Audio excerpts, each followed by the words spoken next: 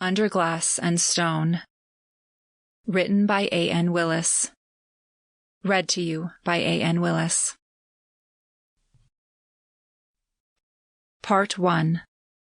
Do I Know You? Chapter 1.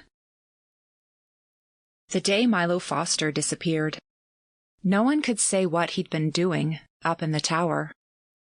A few neighbors even insisted he'd never gone inside Byrne House at all. But Evelyn knew what she'd seen. She would never forget the discordant whiteness of Milo's face, small and pale as a fish in the round mouth of the tower window. Later, when Evelyn reported the sighting, she left out her unsettling first impression, that it was her own face she was seeing, about to be swallowed up by the mansion.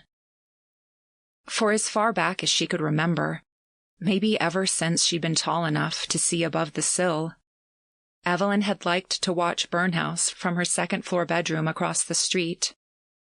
When Evelyn was little, her mother asked why the sprawling Victorian fascinated her. Viv Ashwood was making Evelyn's bed and pretending to be focused on her task. But Evelyn could tell by the slow rhythm of her mom's hands that Viv was listening carefully. "Is it because of Nana?" her mom prompted. "Is she still telling you those stories?" "He'd gotten trapped behind the walls," Nana had whispered. They could hear him knocking. "No," Evelyn said. She didn't want to get Nana in trouble. But it wasn't just the bedtime stories, not really. "It's because of my dream. I'm trying to find the part that's missing." Her mom had gotten very still and very quiet. She hadn't asked again.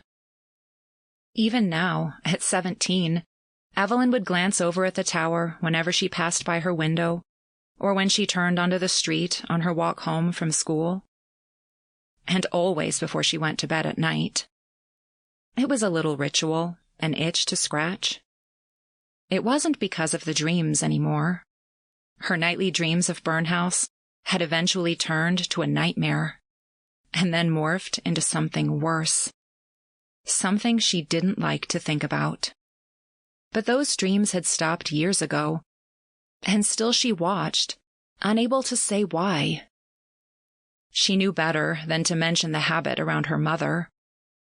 Until the day Evelyn saw Milo, the tower window was always dark, a hole punched into the stone.